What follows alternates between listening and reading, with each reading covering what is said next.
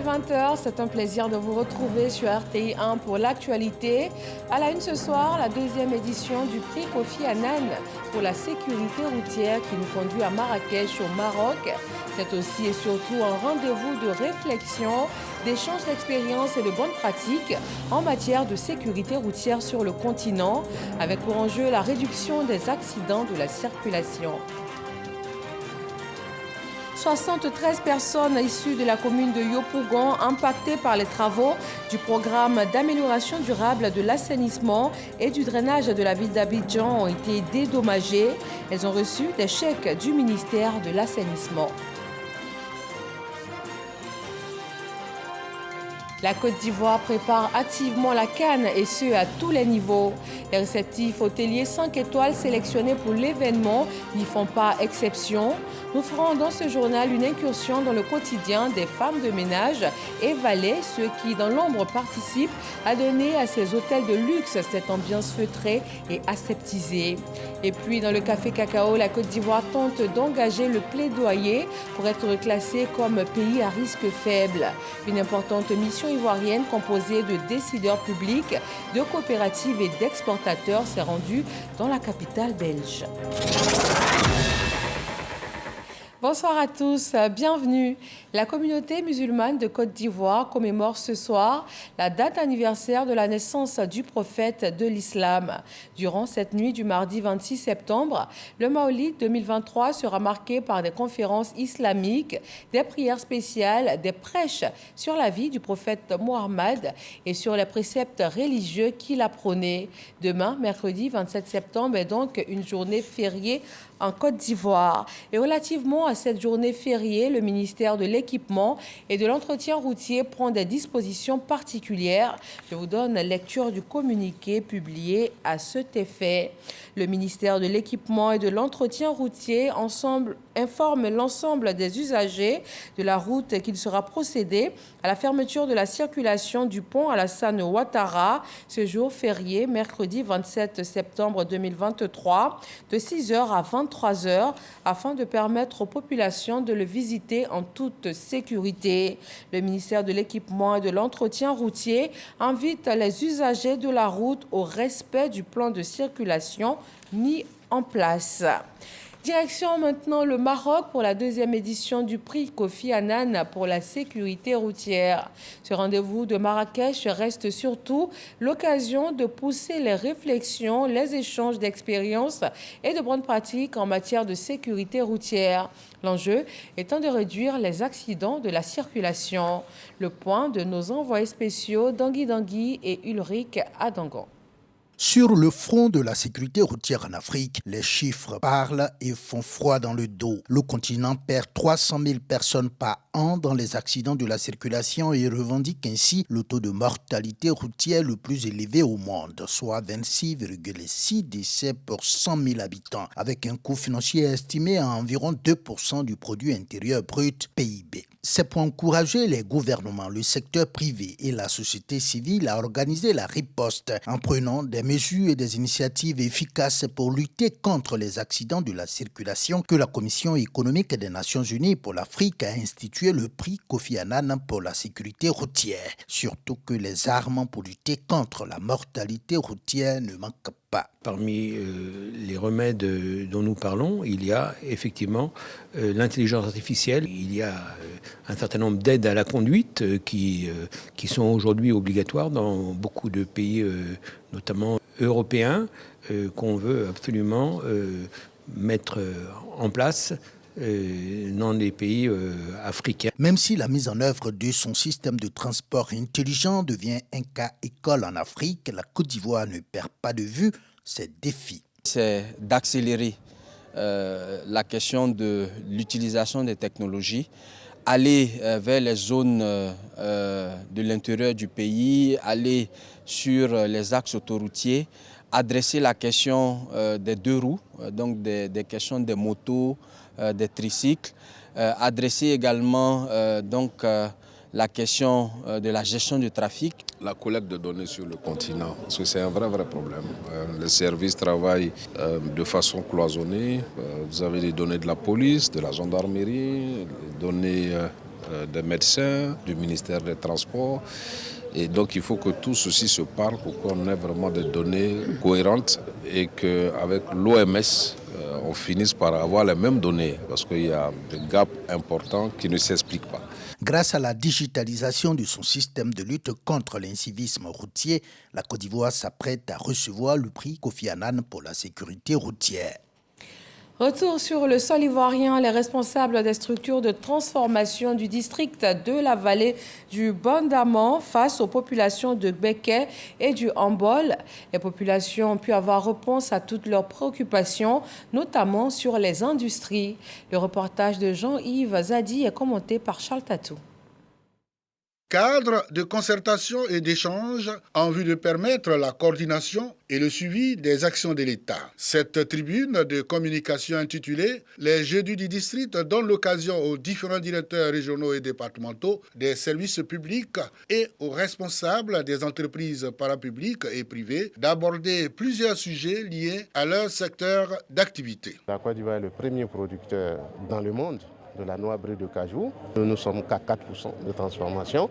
C'est encore en deçà et l'objectif reste vraiment de monter cette transformation-là. La baisse drastique du taux d'activité ne nous permet plus d'être compétitifs, d'être rentables et puis l'obsolescence de nos machines où il n'y a pas eu d'investissement nouveau depuis pratiquement plus de 20 ans. Cette 10e édition des Jeudis du district dédiée aux industries de la transformation est une initiative du ministre-gouverneur de la vallée du Bandaman. En organisant ces rencontres, nous souhaitons avoir des partenaires au développement qui nous accompagnent.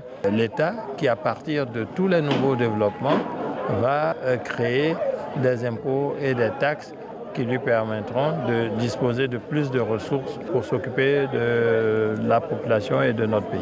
Ces assises offrent au district l'opportunité de mutualiser toutes les énergies et les ressources dont il dispose pour des actions concertées afin de parvenir à des résultats durables et tirer suffisamment profit de son potentiel économique. Lancés en septembre 2022, les Jeudis du district visent la réalisation du schéma directeur d'aménagement et du développement de la vallée du Bandaman. La zone agro-industrielle de Korogo, dédiée à la transformation de l'Anacad, vient d'être inaugurée par le ministre d'État, ministre de l'Agriculture et du Développement rural. Environ 7 usines de transformation de noix de cajou vont pouvoir y être installées pour un coût global de 7,5 milliards de francs CFA. Ami Sissoko. C'est désormais chose faite. La région du Poro a sa toute première zone agro-industrielle. Un rêve longtemps caressé par le monde des producteurs locaux qui vient ainsi de se réaliser. Un espace très attendu par les différents acteurs de la filière de l'Anacad qui ne manquent pas d'exprimer leur satisfaction. Au temps de notre papa, il n'y en avait pas. Mais aujourd'hui, on voit que les choses qui viennent comme ça nous aide à pouvoir faire partir les enfants à l'école. Ça nous donne trop d'avantages. Si on traite l'Anacad ici chez nous, on va gagner de l'argent, on va trouver des emplois pour pouvoir travailler dans l'usine. Située à Klokaka, dans le chef-lieu de région, Korogo, cette nouvelle infrastructure industrielle dotée d'installations modernes de dernière génération est bâtie sur un espace de 28,7 hectares, soit l'équivalent de 28 stades de football. Elle est composée d'entrepôts de stockage, de stations d'épuration des eaux usées et des aires de stationnement d'une capacité de 80 camions. Coût du projet, 7,5 milliards de francs CFA. Un cofinancement du Conseil Coton Anacad et de la Banque mondiale dans le cadre du projet de promotion de la compétitivité de la chaîne des valeurs de l'Anacad. Ce projet est financé sur le guichet Beurre Enclave et vise à renforcer les actions du Conseil du Coton Anacad, la réalisation des objectifs de développement de la filière Anacad sur la période 2018-2023, à savoir améliorer la productivité, la qualité des noix brutes, accroître le volume de noix transformées localement. Deuxième produit d'exportation agricole de la Côte d'Ivoire après le cacao, avec 1 200 000 tonnes, le défi de la transformation de l'Anacad continue de se poser. La Côte d'Ivoire est aujourd'hui un pays de référence dans l'industrie du cajou, se hissant successivement au rang de premier pays producteur et exportateur de noix brutes et 3e pays transformateur. Depuis peu, notre pays est devenu le 2e exportateur d'amandes dans le monde, après le Vietnam et devant l'Inde et le Brésil. En plus de recevoir déjà ses premiers investisseurs, la zone agro-industrielle de Korogo va générer 8000 emplois directs. À terme, le Conseil du coton et de l'anacarde prévoit l'aménagement de 3 autres zones de transformation de l'anacarde dans les villes de Bouaké, Bondoukou et Séguéla. Dans le domaine du café-cacao, on parle plus de facilitation des exportations et à l'approche de l'entrée en vigueur du règlement européen relatif à la déforestation. Une importante mission ivoirienne composée de décideurs publics, de coopératives et d'exportateurs s'est rendue dans la capitale belge. L'objectif étant d'engager le plaidoyer pour le classement de la Côte d'Ivoire comme pays à risque faible. Lancine Bakayoko. Une nouvelle réglementation a été adoptée par l'Union européenne en relation avec la déforestation qui devrait interdire à partir de 2025 toutes les exportations, notamment le café et le cacao, vers son territoire, si la preuve n'est pas faite que les pays producteurs mènent une politique de durabilité qui inclut la certification, la traçabilité et la protection de l'environnement. Face à cette nouvelle réglementation aux allures de menaces, la mission ivoirienne à Bruxelles est donc allée plaider pour le classement de la Côte d'Ivoire comme pays à risque faible. Toutes les directions opérationnelles que nous avons rencontrées sont étonnées du fait que la Côte d'Ivoire est avancée et que la Côte d'Ivoire soit à ce niveau. Je peux dire que nos interlocuteurs sont satisfaits de l'état d'avancement de nos travaux. La partie ivoirienne a présenté les efforts réalisés dans le café-cacao, en l'occurrence dans le domaine de durabilité initié 2018. Il s'agit du recensement des producteurs et des vergers, de la mise en place d'un système de traçabilité nationale, de l'élaboration de la norme ARS 1000 pour le cacao durable, ainsi que l'application de l'agroforesterie et du projet de contribution à la reforestation. La base pour nous, c'est la géolocalisation des espaces sur lesquels nos planteurs font le cacao. Et à partir du mois d'octobre, nous sommes en train de passer en vitesse de croisière pour ce qui concerne la distribution des cartes. C'est la base de la traçabilité. Cette mission a également permis à la Côte d'Ivoire et à l'Union européenne de relever les synergies d'action et de rassurer les producteurs sur la volonté commune de garantir la survie de la filière. Le comité ouest-africain de contrôle des engrais a été officiellement lancé ce mardi et il a pour objectif de veiller au respect et à l'application des règles communautaires, cela en matière de contrôle de la qualité des engrais. Juliette Ouéa. Les engrais sont utilisés pour accroître la fertilité des sols et améliorer la quantité des productions agricoles. Les plus utilisés sont issus de matières animales ou végétales. Malheureusement, de nombreux agriculteurs en Afrique de l'Ouest et au Sahel rencontrent des difficultés, notamment l'accès aux engrais de qualité. Notre sous-région présente un des taux d'utilisation le plus faible de la planète, moins de 30 kg par hectare contre 135 kg hectare pour la moyenne mondiale. Si nous n'avions pas de bons engrais, si nous n'arrivons pas à accéder à ces bons engrais, si nous n'arrivons pas à les utiliser au temps opportun, il est difficile pour nous de pouvoir répondre à vos besoins alimentaires. Pour remédier à cette situation, la CEDEAO, l'UEMOA et le CILS, Comité inter-État de lutte contre la sécheresse au Sahel, mettent en place le Comité ouest-africain de contrôle des engrais. Cette structure, coprésidée par la Côte d'Ivoire et le Nigeria, veille au respect, à l'application des règles et normes communautaires en matière de contrôle de la qualité des engrais.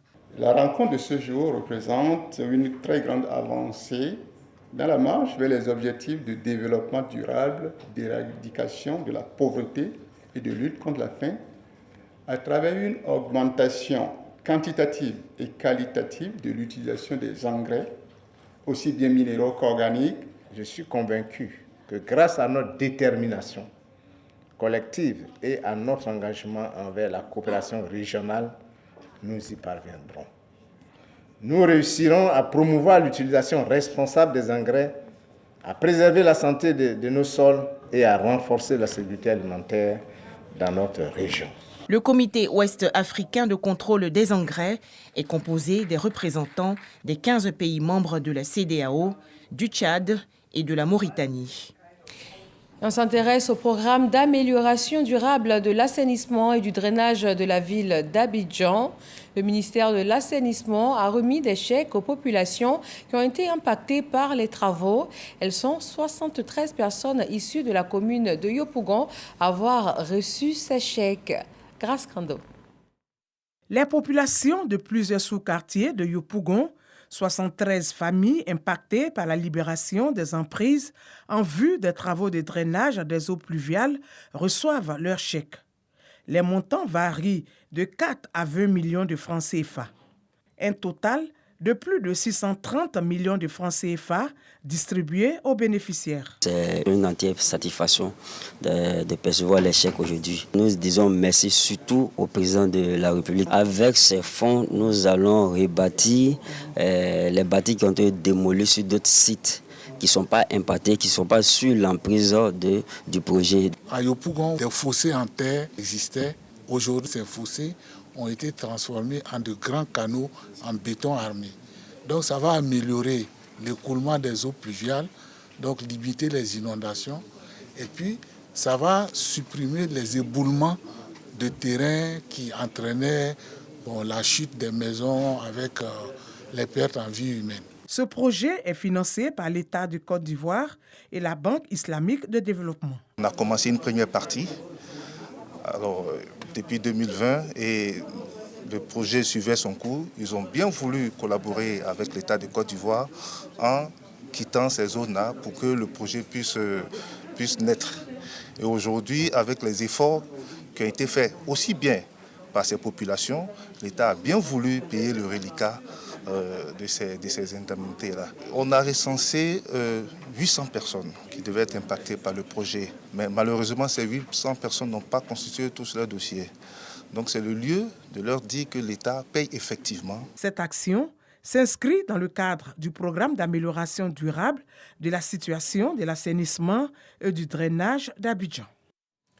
Le climat, l'environnement et la transition juste. Une rencontre internationale se tient à Abidjan pour débattre de ces questions. La Confédération des syndicats chrétiens de Belgique souhaite ainsi pouvoir renforcer les capacités de ses membres et surtout contribuer à l'action climatique. Amidia Rassouba et Didier Nguessan nous expliquent. 11 organisations de centrales syndicales provenant de l'Afrique de l'Ouest et du Centre prennent part au séminaire continental sur le climat, l'environnement et la transition juste. Selon les études du groupe intergouvernemental d'experts sur l'évolution du climat GIEC, un organisme regroupant près de 4000 scientifiques à travers le monde, la température moyenne à la surface de la Terre a augmenté de 0,6 degrés Celsius au cours des 100 dernières années. Les réflexions portent sur la transition juste et l'avenir du travail, le rôle du dialogue social. Ce séminaire se veut être un cadre de renforcement des capacités de nos partenaires syndicaux pour les outiller afin de mieux intervenir ou de mieux agir lorsqu'il s'agit du changement climatique. Les résultats contribueront à relever les défis du changement climatique et du déficit du travail décent. Puisque le changement climatique, il est aussi porteur d'opportunités pour les travailleurs à travers l'industrie du recyclage, l'industrie de l'énergie alternative, l'industrie aussi qui va permettre d'économiser des énergies. Et donc là, il y a des nouveaux secteurs, des opportunités d'emploi et d'emploi vert. Mais ce qu'il y a, c'est que vous devez former les travailleurs. Cet atelier renforce les capacités des organisations syndicales sur leur contribution à l'action climatique et le rôle fondamental du dialogue social dans la réalisation d'une transition écologique juste en Afrique.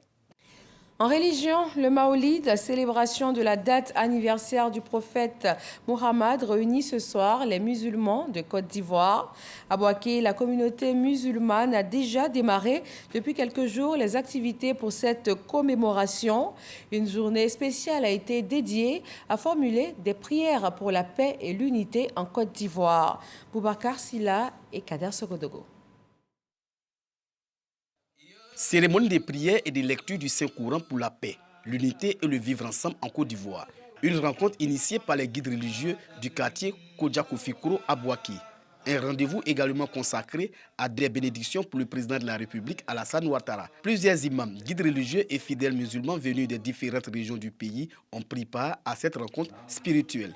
Les initiateurs entendent sceller la confraternité entre les musulmans et la culture sociale à Bouaké. Une initiative saluée par les autorités locales. Aujourd'hui, nous sommes à une prière pour le président de la République, pour la Côte d'Ivoire, pour la paix et surtout pour nous envoyer tout le bonheur que nous souhaitons. Que Dieu exauce toutes les prières faites ici, que le président ait longue vie et qu'il ait l'intelligence et la sagesse nécessaires pour conduire notre pays à bon port. Cette activité placée sous le parrainage de Bakary Kounaté, imam de la mosquée du quartier Djambourou, constitue la première étape de mois de prière pour la paix en Côte d'Ivoire. Occasion pour les responsables de la mosquée de Kodjakofikro de solliciter de bonnes volontés pour l'achèvement de leur édifice religieux.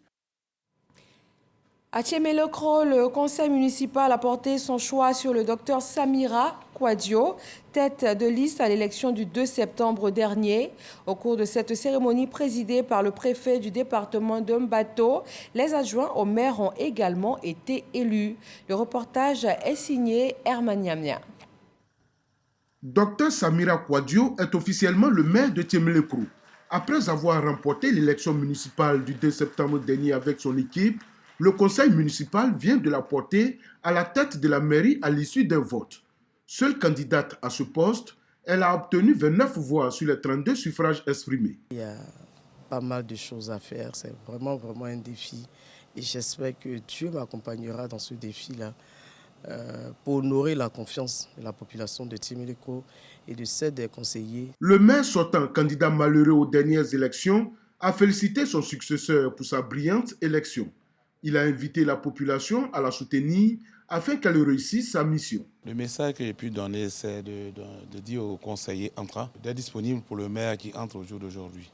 Parce que les conseils, c'est tous les conseillers qui font un grand maire, donc d'être disponibles. Le préfet du département de Mbato, qui a présidé cette cérémonie, a félicité les populations pour avoir favorisé des élections apaisées dans le département. Au cours de cette cérémonie, les 3 adjoints au maire ont été également élus.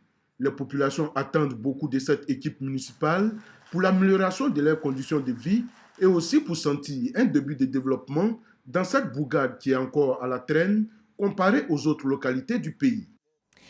Les attentes sont également nombreuses vis-à-vis du nouveau président du conseil régional du Béret et de son équipe qui viennent d'être investis. Les couleurs sont déjà annoncées avec une priorité sur les secteurs de l'éducation, de la santé et des infrastructures. Geneba Ouattara et Charles Tatou nous font le point de cette cérémonie. Vainqueur aux élections régionales du 2 septembre dernier, Dosso Moussa, président sortant du conseil régional du Béret, bénéficie encore du soutien de ses pairs pour un 3e mandat à la tête du conseil régional.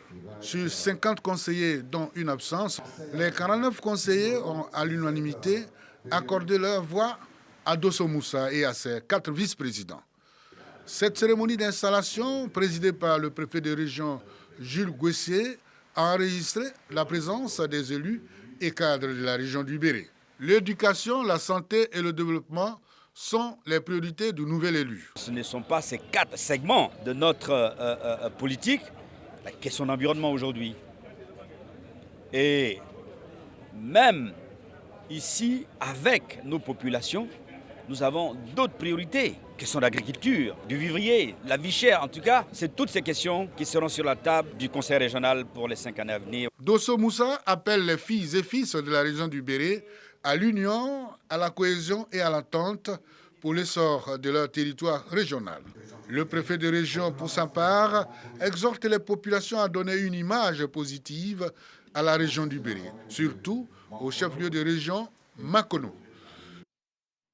À quelques mois de la CAN qui va se jouer ici en Côte d'Ivoire, les établissements hôteliers 5 étoiles sélectionnés pour l'occasion mettent les petits plats dans les grands. Derrière cet univers très feutré et élégant se cachent d'innombrables petites mains à la tâche au quotidien. Nous vous proposons ce soir de découvrir le quotidien de ces femmes de chambre et valets qui mettent tout en œuvre pour rendre ces hôtels impeccables et souvent dans des conditions difficiles avec un rythme quasi militaire et sous une certaine pression. Le reportage de Patricia Omouetia. Salut d'étage. Salut d'étage. Aïssata est femme de chambre dans cet hôtel 5 étoiles. Tout comme son homologue, le valet de chambre, dès qu'un client a quitté sa chambre, elle change les draps, fait les lits et veille à la propreté des chambres de l'hôtel dans les délais impartis, c'est-à-dire 15 à 20 minutes par chambre. Puis, elle remet de l'ordre dans les chambres et les couloirs après le départ des clients. Dans cet hôtel, 179 chambres sont traitées tous les jours par Aïssata et ses collègues. C'est une équipe de 14 femmes de chambre et 6 valets de chambre qui travaillent de jour comme de nuit. Après avoir tapé 3 fois, parce que ça c'est la procédure, nous rentrons et puis on tire le voilage pour éclairer la chambre. Et quand nous éclairons la chambre, on débarrasse le sale. Porter les gants, débarrasser le linge sale qui contient le lit, avec le lavabo, les draps de bain, nous retirons tout ça pour mettre dans le sac linge sale. La femme de chambre fait le ménage dans les chambres et les réapprovisionne en linge propre. Elle trie les draps, les serviettes et les peignoirs, envoyant le linge sale au service de lingerie responsable de l'entretien et de la gestion du linge de l'hôtel. Plus de 200 draps, serviettes et housses de couette sont traités dans ce service sous le contrôle de l'assistant-chef de buanderie, Guillaume. Il a sous son contrôle 23 personnes. Nous changeons en fonction du travail effectué par les femmes de chambre et les valets. Donc cela veut dire que c'est ce qu'elles vont faire descendre en salle que nous sommes habilités de traiter et en un temps record. Toutes ces personnes travaillent sous l'autorité d'une gouvernante. Ici, la gouvernante générale, c'est elle, Namizata, également présidente des gouvernantes de Côte d'Ivoire. Chaque matin, elle donne son plan de travail où figurent notamment les départs, les arrivées et les recouches, c'est-à-dire les clients qui restent une deuxième nuit. Il y a des clients qui sont en long séjour, donc il y a beaucoup à faire. Il y a des chambres où le client vient pour une seule nuit, elle peut faire ça en 30 minutes. Donc elles font les chambres de 30 à 45 minutes, maximum 1 heure. Au niveau des chambres, on a déjà une commande de linge en cours. Donc on aura du nouveau linge. On est en train de faire ce qui est rénovation dans l'hôtel. Donc tout le monde est prêt avec toutes les procédures à rendre l'hôtel propre. À le garder propre parce qu'il est déjà propre, à le garder encore plus propre pour la CAN. La CAN, la Coupe d'Afrique des Nations.